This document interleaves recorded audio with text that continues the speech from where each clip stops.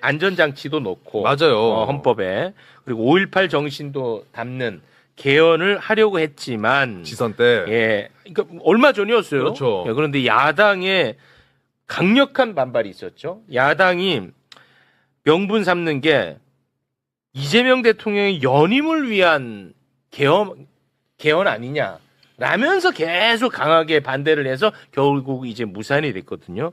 그런데 조정식 국회의장이 이런 야당에게 빌미를 제공한 모양새가 돼버려서 저는 참 이게 좀 안타깝습니다. 앞으로 이 개헌 논의가 굉장히 좀 어려워지지 않을까 하는 참 속상함이 있어요. 네. 아무튼 저는 어제 조정식 국회의장이 기자회견을 가졌는데 거기에서 개헌에 대한 포부를 밝혔어. 네.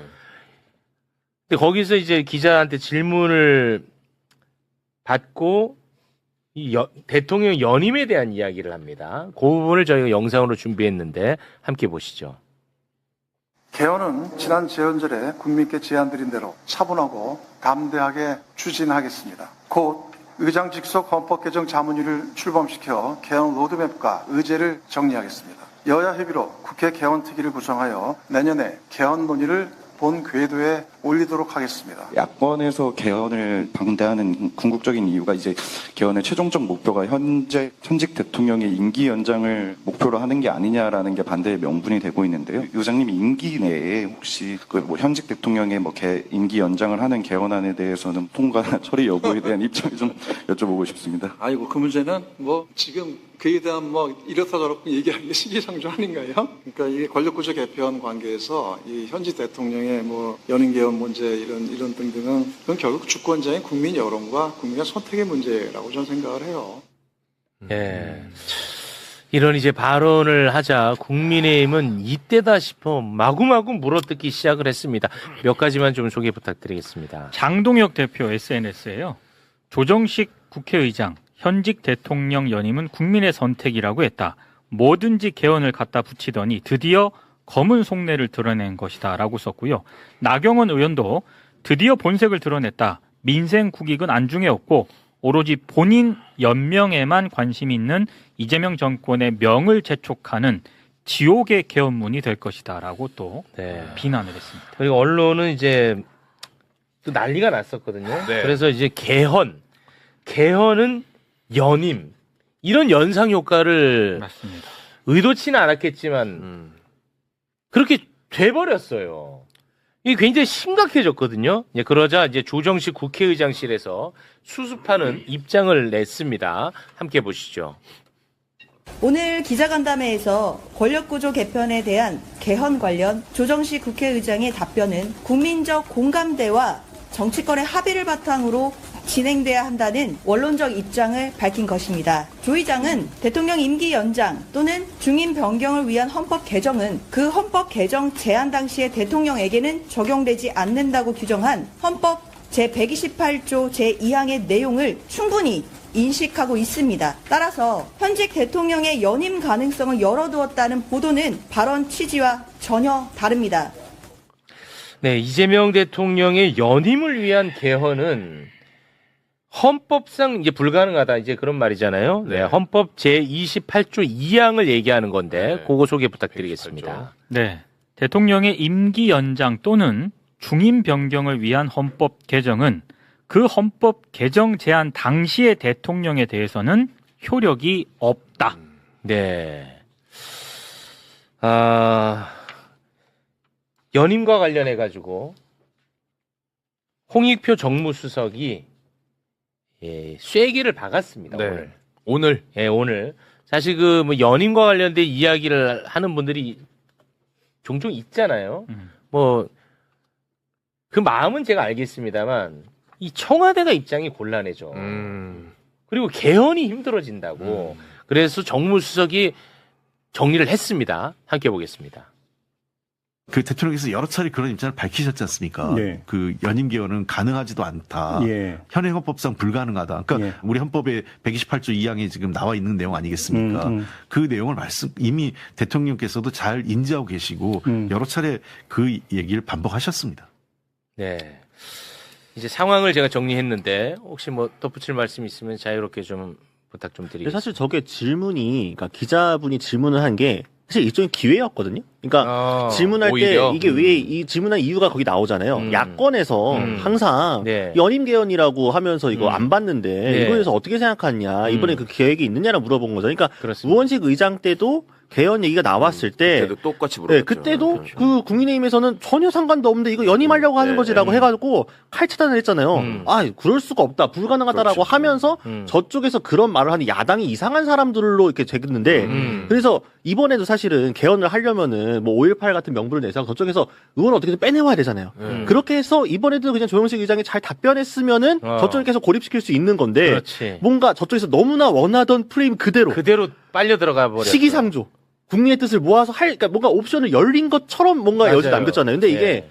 정치 초보가 아니라 육선 의원 의원, 출신의 국회의장, 국회의장께서 그것도 의전설 2위. 예, 얘기를 하시니까 사실 이렇게 할 수밖에 없는 거예요. 그러니까 뒤늦게 부랴부랴 나서고 나지만 국민이 신났다고 지금 논평도 계속 나오죠. 의원들 계속 얘기하죠. 장동혁 대표 어제도 얘기했는데 오늘도 갑자기 또 저 기자회견 또 하겠습니다. 그래서 똑같은 말 또 하고 있거든요. 너무 그걸로. 신났어. 네. 이 며칠로 컨트롤 C 컨트롤 V 다음 주까지 아마 계속 갈 거예요. 이게 씨. 한번 불 붙으면 쉽지가 않다. 그래서 잘못하면 그냥 원래 어제 포부는 앞에 저희 개헌 특위 거기까지 만들어서 좋았어. 그래서 국민 의견도 들을 거고요. 그래서 내년에 선거도 없고 87년 개헌 40주년이고 하니까 좋았다니까, 거기까지. 골든타임에서 딱 해서 우리 임기 끝날 때 맞춰 합시다. 여기까지 좋았는데 다 묻히고 남은 거는 연임 이거밖에 안 남아서 개헌 자체가 이거 동력이 좀 상실된 거 아니냐는 지도 벌써 나오고 있는 그러니까 거예요. 정말 아쉬운 게 앞에 의장이 하신 말하고 이게 대비가 되니까 상대적으로 말씀하신 이제 그런 부작용이 생긴 거잖아요.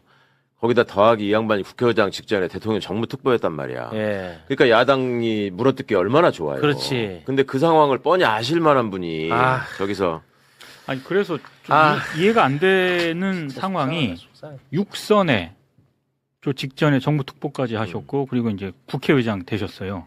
기자가 이 논란이 현직 대통령 연임과 관련된 논란이 처음이 아니잖아요. 네. 그렇죠. 몇 번 계속 불거진 논란이거든요. 그렇습니다. 네.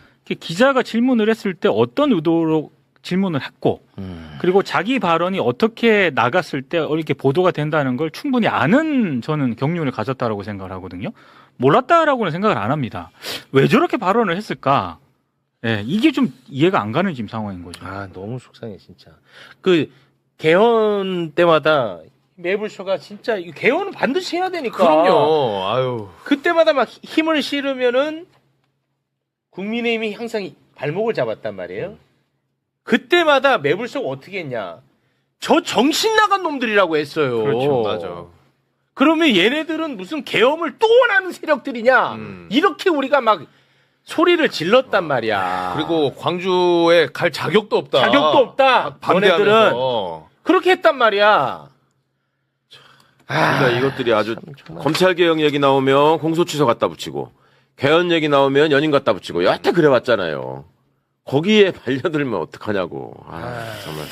그러니까 조정식 의장 입장에서는 본인은 선의로 한 얘기고 방점은 앞에 찍혀 있던 거고 이것도 원론적인 얘기한 건데 이거 너무 야당에서 물고 늘어지는 거 아니냐라고 아쉬워할 수 있어요. 근데 문제는 그러니까 우리가 게임할 때도 빌런이나 보스 패턴이 너무 치사하다고 그 몹을 욕하지 않는다면 그건 돌파에는 이쪽이 책임인 거지. 전략을 어떻게 짜가지고 이 개헌 문제를 풀어나갈까 해서 사실 되게 의욕적으로 첫 기자간담회 한 거잖아요. 의장 취임하고 나서 그런 자리였는데 이 무게감에 비해서 이게 너무 정무적인 미스였다. 그래서 이거를 불을 끌려면은 이미 메시지가 몇 번 나왔습니다만 이 정도만으로 금방 지나가 아마 안 될 겁니다. 왜냐하면 아까 말씀드린 것처럼 당분간 야당은 계속 이걸로 물고 늘어질 거기 때문에 지금. 제일 신났으니까. 그러니까 언론도 신났어요. 뭐 그런 언론들도 있죠. 또 올라타리는 언론도 근데 있으니까. 저는 이제 솔직히 이 말하면 제가 비난받을지 모르겠습니다만 저는 그 연임 관련 질문한 기자 있잖아요. 저는 이 기자를 지금 비난하는 사람들이 많던데 그건 나는 타당한 질문이었다고 봐요. 왜냐하면 맨날 그렇게 발목을 잡아와가지고 무산이 됐던 거거든. 개헌 자체가. 맞아. 타당한 질문 아닌가요? 아니 할 수 있는 질문이에요. 예. 그리고 아까 얘기해 주신 것처럼 그 질문을 잘 돌파했으면 진짜 국민의힘이 더 고립되는 게 고립되고 강요되는. 깔끔하게 그러면은 이제 내가 볼 때 본격적으로 이제 개헌을 추진하려고 했던 것 같아. 그게 지금 다 사라져버렸어 지금. 그러니까 장동혁 대표 지금 동아줄이랑 더 생긴 거예요. 더 생겼어. 올림픽 공원 말고 장동혁은. 갑자기 이거 어떡하지? 윤리위도 안 돌아가 어떡하지 하는데 지금 갑자기 연임 딱 내려오면서 이거 잡으면 되겠구나. 그러니까 연일 또 아마 그러니까 올림픽 공원 갔다가 들어왔다며 지금 저에게 나오자마자 당으로 들어왔다. 국회로 들어왔다. 진짜 속상합니다. 그래도 좀 이 부분은 이제 청와대에서는 이제 굉장히 빠른 속도로 지금 진화에 나섰고요. 국회의장 차원에서도 이거 빨리 좀 수습을 좀 해야 될 것 같습니다. 그렇죠. 예. 자, 그리고 검찰 개혁 관련해서 검찰의 보안 수사권 폐지 등을 이제 골자로 한 형사소송법 개정안이 28일 어제였죠. 네. 예, 법사위 소위 통과했고 오늘 법사위 전체 회의 이게 아마 통과된 걸로 아는데 어떻게 됐나 모르겠네. 내가 전체회의 전체 통과는 회의- 아직은 통과됐겠지 오늘. 아직 보도는 제가 기자님이 그걸 얘기해 줘야지. 아니, 우리가 누구한테 물어봐. 아직 그 전체 회의 통과는 아직 제가 그 보도를 못 봤는데 못 소위만 봤어요? 일단 통과가 됐고 근데 일단 어제 그 마지막까지 해가지고 차수 변경까지 해가면서 정리를 했던 거기 때문에 아마 그 원래 그러니까 30일날 통과하겠다는 올리겠다는 그러니까 오늘은 일정들을 할 법사위 겁니다. 전체 회의 통과, 내일은 본회의 본회의. 통과. 네, 그래서 본회의 올려놓으면 이제 저쪽에서 필리버스터 걸 거니까 필리버스터 하고 24시간 지나서 중단시키고 가결시키겠다라는 게 일단 기본적인. 지금 법사위 탈퇴죠. 안건조정위원회가 열리고 있답니다. 그걸로 시간. 예. 이거는 우리 의원님 어떻게 뭐 문제 없이 이렇게 잘 진행이 될 걸로 보이나요? 예, 뭐 예상했던 수준이니까 네. 늘 해왔던 국힘의 소위 지연 전략이잖아요. 그러니까 잘 돌파해낼 거라고 믿습니다. 네. 이 검찰개혁 관련해 가지고 지금 구자영 검찰총장 직무대행이 또 입장문을 냈던데, 요거 짧게만 좀 전해주시죠. 네. 긴 입장문인데요. 네. 일단 다수의 국민들께서 검사에 의한 보안 수사가 필요하다고 생각하시고 법조계, 여성 피해자 단체 등 사회 각계에서도 지속적인 우려를 표출하고 있는 지금의 상황은 국민들께서 생각하는 제도 개혁이 단순히 검찰의 권한을 없애는 것이 아니라 범죄자로부터 국민을 지키는 방향으로 이루어져야 하는 것임을 보여준다. 법사위 전체 회의 등 이어질 논의 과정에서 국민을 위한 형사사법제도가 어떠해야 하는지 충분히 살펴 모든 국민이 두텁게 법의 보호를 받고 억울함을 호소하는 국민이 없도록 해주시기를 부탁드린다. 근데 첫 문단 보니까 미치겠다. 검사의 실효적인 점검 보완 시정 기능이 사라진다면 진실은 은폐되고 대한민국 형사사법 체계는 무너질 것이며 그로 인한 피해는 국민들께서 부담하시게 될 것이다. 제일 짜증나서 그 부분 뺐는데 또 곽수산.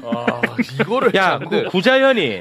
너 이렇게 아니, 구자연이. 너 이거는 그럼 어떻게 얘기할래? 진실은폐는 검사들이 훨씬 더 많이 했거든? 지금 최근에 이슈가 되는 몇 가지 사례만 내가 열거할게. 뭐, 네. 너무 많은데, 제일 그래도 회자가 많이 되는 것. 김학의 사건부터 좀 한번 정리를 해줘. 이 구자연이, 너 이것 좀 한마디 해봐. 자, 혐의는 특수강간 혐의인데요. 2013년 경찰이 특수강간 혐의로 검찰에 송치했는데 검찰에서 무혐의 처분을 무혐의 했습니다. 자, 2013년 피해자가 이의 제기를 했는데 압수수색도 안 했고요. 이의 신청 요새 뭐 말 많았잖아요. 예. 했어. 근데 얘네가 안 해, 검사가. 여기서 끝난 게 아니고 2015년에 또 다른 피해자가 중강간으로 고소했는데 검찰에서 무혐의 처분을 또 무혐의 했고요. 2019년 이제 수사 후 정권이 바뀝니다. 그렇습니다. 수사 후에 기소를 했는데 공소시효 문제로 최종 무죄. 너무 늦어버려가지고. 특수강간 혐의가 너무 늦어버렸어. 심지어 대법에서 우리가 그 영상 봤잖아요. 그 김학이 맞다고 했거든. 맞아요. 그런데 공소시효가 지났네. 그러면 최종 무죄. 저 그 피해자분들은 그럼 뭐 어떻게 구제가 안 돼? 얘네들이 지금 제일 걱정하는 게 피해자 구제잖아. 안 돼. 그분들이 여성 피해자였어요. 여성 피해자 지금 여성 피해자 얘기 제일 많잖아. 네. 이거 어떻게? 야 구자연이 너 이거 좀 얘기 좀 한번 해봐라. 이것들이 참 나쁜 게 아니 요거 더 있어. 사건들이. 네. 윤호진 사건. 자, 혐의는요. 세무조사 무마 대가로 업자들에게 뇌물을 받은 혐의인데요. 검사 유착 의혹입니다. 2015년 경찰에서 검찰에 송치를 합니다. 수사를 잘했어요. 그렇습니다. 근데 검찰에서 무혐의 처분을 내리고요. 자, 2019년 윤석열 당시 검찰총장이 수사에서 배제가 되거든요. 그 이후에 재수사를 통해서 10년 만에 기소를 합니다. 예, 그래서 이제 유죄됐고 지금 그렇습니다. 구자연이 이거 어떻게 할 거야? 그 피해자들이 너무 많아. 어떻게 할 거야 너?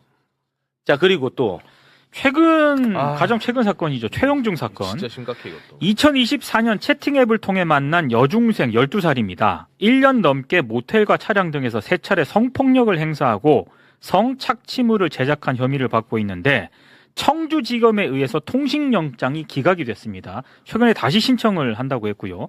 또 최영중을 공천한 김진모 당협위원장이었는데 검사 출신. 네, 남부지검장으로 근무를 하고 있을 때 지금 현 청주지검 차장검사가 평검사로 그렇지. 같은 곳에서 근무를 한 인연이 있습니다. 예. 그래서 통신영장 기각한 것 아니냐. 우리는 이제 그렇게 라는 의심을 의혹이 하고 나오고 있습니다. 있죠. 어떻게 보십니까? 구자연이. 일단 저 김진모라는 사람 그냥 쓱 지나갔는데 아. 저 사람 기억하셔야 됩니다. 이명박 때 민정비서관을 했고요. 맞습니다. 당시에 있었던 총리실 민간인 사찰 사건 관련해서 그 장진수 주무관 입막음을 하기 위해서 움직였고 그 관복 만들고 그 주역으로 구속됐던 사람이에요. 그래갖고 처벌받고 다 자격이 상실됐는데 윤석열이가 사면시켜주고 바로 여기 청주 가가지고 지역위원장을 하고 있었던 겁니다. 복권해줬어. 사면 복권해주고 그런 사람들이 이렇게 이건 완전히 검찰이 빼놓고는 얘기가 안 되는 얘기 전부 다. 근데 왜 이런 거 화를 안 내냐고. 그다음에 전부 악질적인 거는 와 그래. 그동안에 검찰이 나서가지고 여성 인권이나 피해자 인권을 위해서 국민들한테 호소하는 거 보신 적 단번이라도 있어요. 네. 항상 어떨 때 나오냐면 이게 저도 잊어버리고 있었는데 참여정부 때 사개위라고 있었잖아요. 네. 어? 거기서 검찰개혁 사법개혁 얘기했잖아요. 그때도 여성단체 피해자단체 앞서가지고 검찰개혁하면 안 된다고 했었어. 그때도 20여 년 전에도 이 똑같은 수법을 계속 반복하면서 이렇게 국민을 또 속이려고 하는. 구자연이 대답 좀 해라. 진짜 부탁 한 번만 하자. 구자연이. 이 정도로 정리하겠습니다. 어찌됐든 내일 본회의 통과가 될 예정이니까요. 저희가 또 잘 지켜보도록 하겠습니다. 네. 자, 그리고 민주당 전당대회 투표가 오늘부터 시작됩니다. 오늘부터 시작돼. 민주당 전당대회 오늘부터 시작이 되는데요. 투표 방식에 대해서 아직도 이해가 좀 잘 안 된다는 분들이 좀 있어가지고 투표 일정 말고 방식을 조금 구체적으로 설명을 한번 해주시죠. 1인 1표제를 하고요. 반영 비율은요. 권리당원과 전국 대의원이 70%. 권리당원 전국 대의원 이제 구별해서 썼는데 이거 의미 없습니다. 없습니다. 네, 똑같이 한 표. 똑같이 한 네, 표입니다. 그냥 한 표고요. 그리고 국민 여론조사가 30%입니다. 그렇습니다. 근데 당대표 후보자는 1순위부터 3순위까지 선택을 하는 선호투표제고요. 그러니까 당대표 후보자가 3명인데 그렇습니다. 내가 제일 좋아하는 사람 1순위, 내가 두 번째 좋아하는 사람 2순위, 세 번째 좋아하는 사람 3순위 다 다른 사람으로 선택을 해야 됩니다. 그렇습니다. 무조건 또 적어야 되는 거죠. 무조건 해야 돼. 네. 예. 어제부터 한 거 아니에요, 근데 오늘 어제부터 했습니다. 어제가 어제부터. 충청권 7월 시작이었고 오늘 28일. 부울경 음. 시작입니다. 어제가 충청 시작했어. 아, 오늘부터 아니야? 7월 깜빡깜빡 28일부터 시작입니다. 아, 죄송합니다. 어제부터 했네요. 다시 힘줘서. 자, 어제부터 시작했습니다. 어제부터 시작했습니다. 어제 투표 방법 몰라서 투표 못 하셨다고요? 그래서 저희가 알려드립니다. 어제부터 시작이 됐습니다. 최고위원 최고위원 후보자는요. 어떻게 최고위원? 2명을 선택을 합니다. 2명. 2명을 선택해. 네.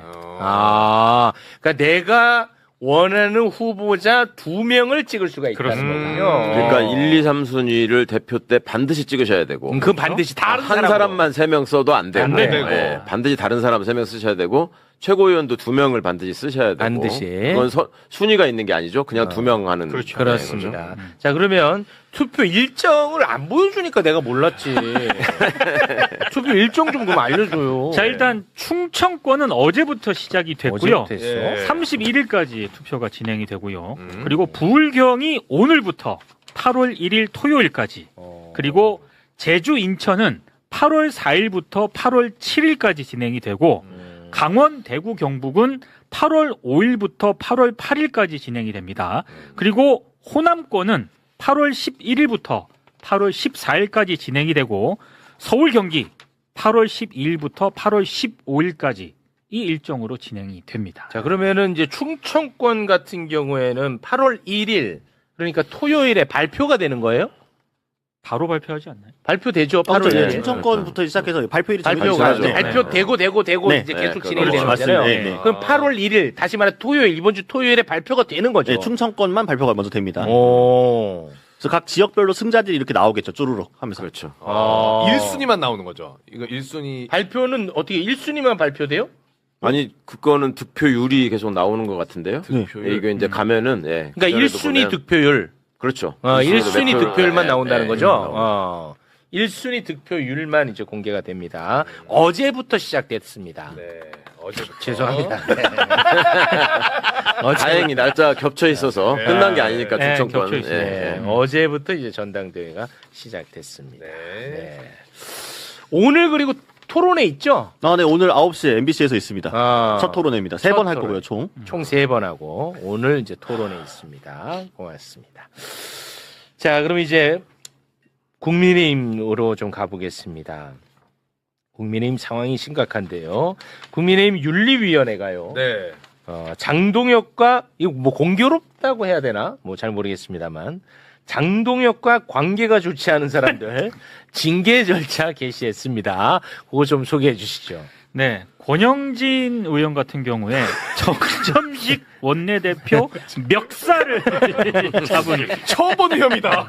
혐의로 징계 대상이고요. 디테일한 혐의는 이따가 좀 부연해 주세요. 진종호 의원 같은 경우에는 지난 지선 때 무소속 한동훈 후보를 지원한 혐의, 여기 이제 해당 행위다. 그래가지고 부산에 막 이사 가고 그랬죠. 네, 그리고 조경태 의원 같은 경우에는 국회 부의장 선거 중에 박덕흠 후보의 낙선 운동을 한 그런 혐의를 받고 있습니다. 오히려 공교롭게도 셋 다 이제 장동혁과 대척점에 있는 그렇습니다. 분들인데요. 요거를 좀 부연을 해주시면 좋을 것 같습니다. 네, 일단 이제 권영진 의원 같은 경우에는 이제 상임위 배분 관련 불만이었는데, 그러니까 본인이 일단 행안위 간사는 하고 싶지 않다고 했어요.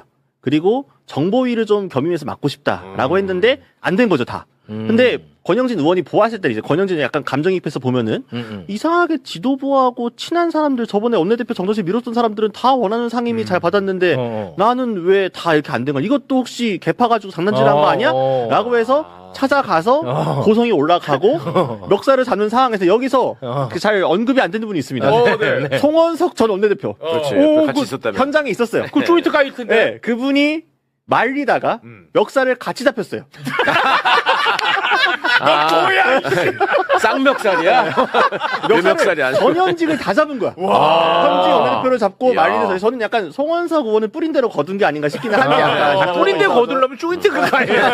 근데 아무튼 그게 밖에 현장에서 이제 소위 귀대기라고 하죠. 문 밖에서 소리 듣고 있는 기자들도 있고 하다 보니까 이게 바로 알려질 수밖에 없은 상황인 거거든요. 그래서 저 궁금한 게 그래. 이걸 본 사람이 없다는 거예요. 그래서 어떻게 알았냐, 그럼 기자들이. 제가 들은 얘기는 정점식 원내대표가 멱살을 잡으면 어떡해! 이 소리가 들려서. 그 얘기 맞아요? 그때 기자들이 복귀한 그 밖으로 도는 그때 풀이 있거든요. 네. 아주 상세하고 생생하게 지금 그 장면이 묘사되어 있습니다. 텍스트로. 네. 거의 어지간한 소설 땀칠 정도로. 네, 디테일하게. 그러니까 이게 막 기자들이 이렇게 안 하더라도 떨어져 있어도 충분히 들을 수 고성들이 계속 안에서 오갔던 거지. 남은 하나 있는 거니까. 그래서 그런 상황이다 보니까 이게 근데 사실 저희 웃으면서 얘기했지만 초유의 일이기는 하죠. 아무리 이 상임위 배분에 불만이 있어도. 본인이 정보위 관사를 지망했는데 행안위 간사를 하라고 그래서 그런 게 아니라. 그게 아니라 이제 그러니까 행안위 간사는 하기 싫었고. 그러니까 행안위를 먼저 얘기했구만. 그리고 간사 하라고 정보위는 하니까 하고 싫다. 싶다.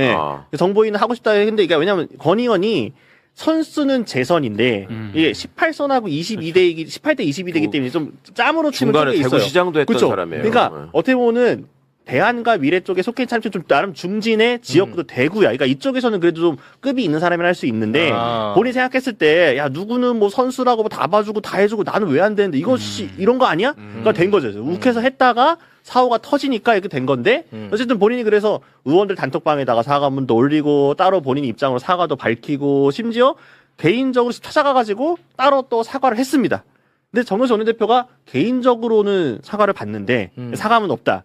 그러나 이제 당 질서 차원에서 윤리위가 굴러가는 거에 대해서는 내가 어떻게 할 수가 없다라고 그런 이야기를 한 입장이에요? 건데 그래서 물론 윤리위가 부르면 자기 나가서 선처를 호소하겠다. 그래요? 네, 그런 얘기를 덧붙이긴 했습니다. 정점식 입장에서는 선처를 호소하겠다고 했어요? 네, 그런 말을 왜? 이제 재미없게 SBS라디오에서 해? 했는데요. 무슨 게임을 그렇게 재미없게. 근데 이게 여러 가지가 있죠. 하나는 사실 지금 윤리위가 정점식 말을 듣는 단체는 아닙니다. 장동혁 대표가 이걸 쥐고 있죠. 그런 게 하나 윤리 있고. 보니까 윤리위원장이랑 부위원장이랑 싸우고 난리 났더만. 거기가 지금 아주 상당하죠. 지금 상당합니다. 거기가 난리야 또. 거기서 멱살 잡기 거기 멱살 잡기 직전이야. 여기가 지금 3명으로 굴러가고 있어요. 총 몇 명인데? 원래 9명이어야 돼요. 9인인데 다 그만뒀어요? 근데 9인을 못 채워서 7인 체제로 굴러가고 있었단 말이죠. 네. 근데 그 중에 2명이 사임했습니다. 또 그만뒀어. 그래서 5명 체제예요. 근데 5명 중에 이제 과반 출석에 과반 의결이니까 이 5명 중에 3명 나서 2명이 의결하면 된다. 라는 논리로 밀어붙여가지고 징계 개시를 의결을 한 거죠. 약간 문제될 것 같은데. 그러니까 이게 이지수 방통위랑 똑같은 거예요. 그때랑 비슷한 거예요. 대충 뭐 하면 맞추지 않아? 근데 원래 9명 채워야 될 거 3명에서 2명? 근데 2명 중에 1명은 심지어 위원장 본인이잖아요. 그러니까 이런 식으로 의결하는 게 이게 맞느냐가 여기저기서 지금 산발적으로 불만들이 비판이 제기되고 있는 거죠. 아니 사실은 내용이 심각한 게 저 권영진 의원이 대구시장을 2번 했어요. 네. 그러니까 중간에 그 공백이 있는 거예요. 2번이나. 근데 그 재선 선거운동을 할 때 대구 지역에서 그 장애인 협의회 그 유권자분이 막아서면서 장애인 정책에 관한 이렇게 항의 내지는 항의성 의견 전달을 했거든. 네. 근데 거기서 밀려서 넘어졌다고 입원하신 맞아요. 분이잖아요. 이렇게 연약하고 나약하신 분이 가가지고 그 쌍멱살을 잡을 정도면 굉장히 심각한 일이 벌어진 거예요. 이분이 그때 막 그 꼬리뼈 다 나갔다 막 이래가지고 대구 의사협회에서 그 정도는 아니다라고 발표하고 막 그랬어. 입원해버렸는데 입원할 정도는 아니다. 막 대단하다. 사진에 그때 대단해. 당시 막 들것에 막 실어서 막 그랬던 거 네. 같네. 테러라고 막 발표하고 예, 그랬었거든요. 기억나네. 그러니까 이제 공교롭게 권영진 의원도 지금 당권파하고 사이가 좋지 않은 사람이고 네. 진종호 의원 대놓고 이제 한동훈 의원을 지원했다라는 건데 이제 보좌진을 파견한 거가 캠프에 이게 문제다는 식으로 해당 행위라고 이야기가 나온 거예요. 이게 지금 걸려 있는 거고 조경태 의원 사실 이것도 전례가 없는 사상 초유의 일인 거죠. 근데 박덕흠 의원하고 국회 부의장 경선을 했어. 둘이 붙은 거죠? 네. 근데 당내 경선에서 진 거예요. 지고 나서 그러면은 자당 후보는 박덕흠 후보로 결정이 된 거잖아요. 네. 올라가서 이제 표결을 하는데 보통 의장, 부의장 후보 당에서 수도 올라가면은 표결할 때 그냥 이건 양당 합의이기 때문에 보통 그렇지. 어지간하면 가는데 네. 조경태 이제 민주당한테 전화를 하기 시작을 한 거죠. 떨어뜨려라. 민주당에 전화를 네, 해요. 민주당 의원들한테 조경태 의원이 전화를 해가지고 민주당이 안 찍어주면 떨어지잖아. 네, 민주당, 그러니까 이 내란을 옹호하고 동참했던 박덕흠 같은 사람 국회 부의장 가는 거 이거 말이 안 되지 않냐?라고 얘기를 한 거예요. 그러니까 이 말은 저는 맞는 말이야 생각이 들어요. 근데 이게 정말 문제였으면 경선 자체를 그랬으면 안 되는 거 아닌가 싶은 생각이 드니까 말 자체는 맞아. 그러니까 이게 전례가 없어서 이게 보통 윤리위 징계라는 것도 보통 이전의 징계 사례를 합쳐서 형평성에서 고려를 하는데 그것도 사상 초유의 일입니다.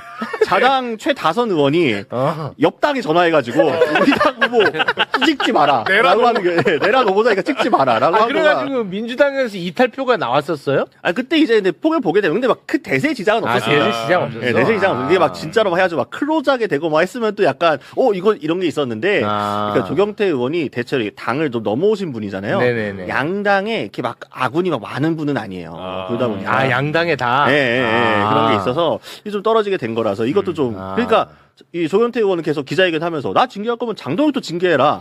장동혁이 더 해당 행위 한 거다. 제가 맞다 보거든요. 장동혁도 해당 행위 한 건 맞는데 이게 이거랑 상관없잖아요. 민주당이 전화해가지고 저 좀 죄 좀 떨어뜨려 주세요 한 거는 약간 결이 달라가지고 윤리가 이게 어떻게 판단할지 좀 궁금하긴 한데 이게 첫 선례가 되는 거예요. 이 내용은 솔직히 다 재밌다. 내용 자체가 다 재밌어. 내용이. 생각 안 나요? 최욱 씨가 그 원구성 협의 안 돼가지고 상임위원장 저 사람들이 네. 법사에 안 주면 안 들어오겠다 어쩌고 예, 해가지고 그럴 때 있었잖아요. 예. 그때 제가 그랬잖아. 가만히 놔두면 저 자리 싸움 나가지고 저 맞아, 사람 그렇게 자리 싸움 나서 말씀하셨었어요. 들어온다. 이 자리에 대한 욕망 이건 정말 대단하네. 정말 순수하고 투명합니다. 그게 진짜 중요한가 봐요. 의원들 사이에서는. 어디 가느냐가 그거를 간절하게 원하는 사람들이 모여 있는 데가 국힘이죠. 예전에 그 박순자 의원이라고 있었어요. 안산에. 그 양반이 국토교통위원장을 했는데 그게 인기 상임위라고 맨날 유명하잖아요. 네, 그렇습니다. 거기 무슨 인프라 예산 같은 게 많이 예. 나오니까. 그래서 자기들끼리 내부적으로 1년씩만 하고 양보해 주기로 한 거야. 나경원 의원이 원내대표였어. 그 1년 지나니까 이제 그만하시고 다음 사람이 기다리고 있었을 거 아니에요. 그 나경원 원내대표가 이제 그만하시고 바꿔야 된다 하니까 나 못 그만둔다. 2년 하겠다 그런 거야. 그래가지고 나경원이 가서 이제 막 을러대기도 하고 호소도 하고 했는데 병원에 입원해 버렸어. 와. 결과적으로 어떻게 됐는지 아세요? 2년 했어요, 그냥. 그냥 채워가지고 대단한 사람들이야. 대단하네.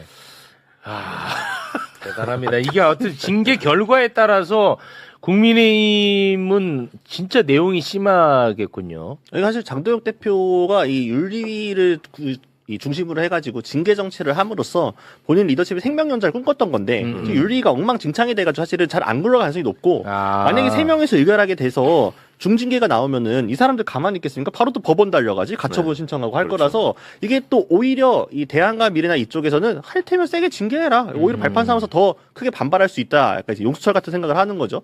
그래서 이게 어떻게 나오든 쉽지 않다. 장동혁은 윤리위원 추가하겠죠, 뭐. 추가로 임명해가지고 그건 할 텐데, 그러니까 지금 부위원장도 그렇고 왜 위원장이 우리한테 의결도 안 받고 마음대로 기준 발표하느냐, 이거를 왜 징계 넣느냐 해갖고 계속 시끄럽기 때문에 이 면이 안 서거든요, 기본적으로. 그러니까 네. 가만히 있으면 자멸할 얘기였는데 아무튼 뭐 운은 진짜 좋은 것 같습니다, 상대편. 나는 그거 좀 궁금하던데. 그 오세훈 서울시장직 박탈령 나왔잖아요. 네네네. 그게 그 국민의힘 내부에서는 그 엄청나게 큰 돌이 던져진 거라고 그럼요. 보이는데 그거 어떻게 되고 있어요? 저는 이거 저희 뇌피셜입니다. 이 그거 정점식 원내대표는 바로 논평이 나왔어요. 오세훈 시장 그 박탈직 나오고 나서 이거 문제 있는 판결이다.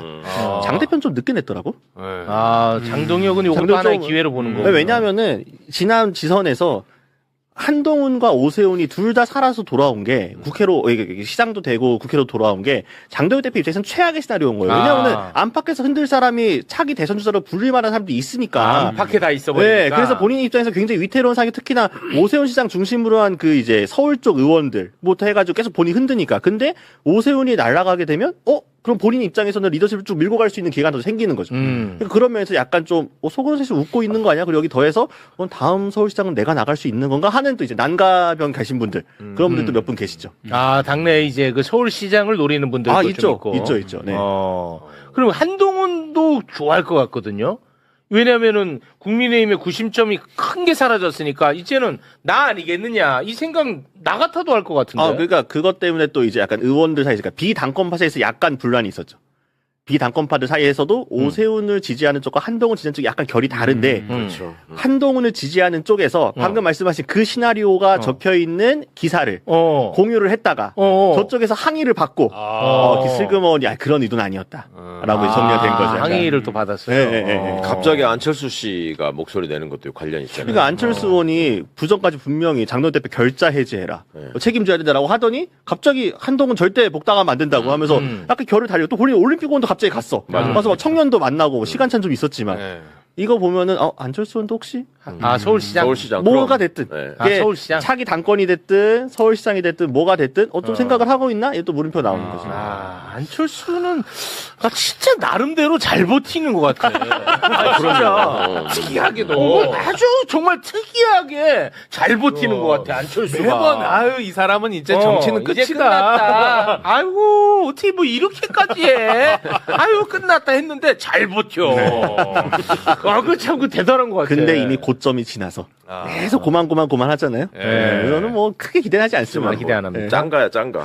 어디선가 누군가에 무슨 일이 생기면 반드시 나타나. 대단합니다. 저 개인적으로 궁금한 게 지금 형소법 개정안 본회의 상정되고 통과되기 전에 국민의힘에서는 필리버스터 지금 할 거 아니에요. 근데 한동훈도 필버 나도 참여하겠다라고 했는데 국힘에서는 안 받아줬어?